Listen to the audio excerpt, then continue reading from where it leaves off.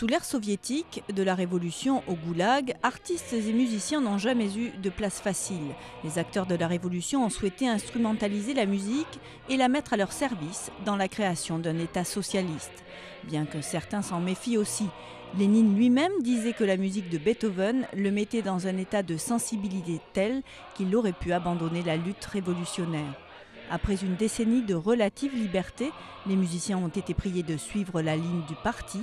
Fini les expérimentations avant-gardistes, la musique doit se défaire de toute influence de l'Ouest et s'adresser au peuple.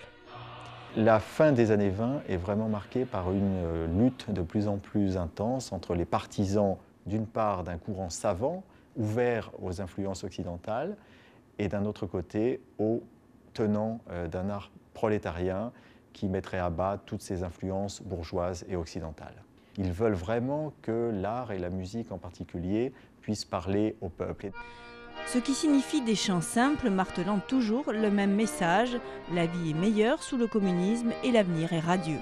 Exit les compositions élaborées et les harmonies novatrices. Shostakovich a été le symbole du dilemme vécu par la plupart des musiciens sous l'ère stalinienne, passant du jour au lendemain du statut de héros à celui de bourgeois décadent.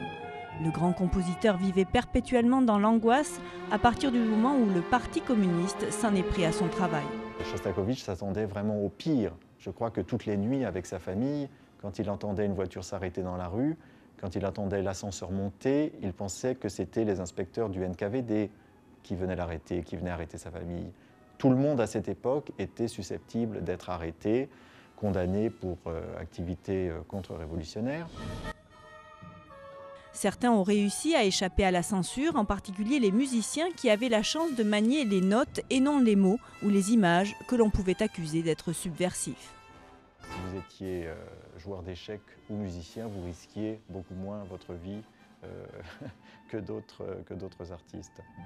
Le réalisme soviétique est resté la doctrine de l'Union soviétique jusqu'à la fin du communisme en 1991. Une page sombre de l'histoire musicale qui a produit des œuvres flamboyantes mais aussi beaucoup de souffrance chez les artistes.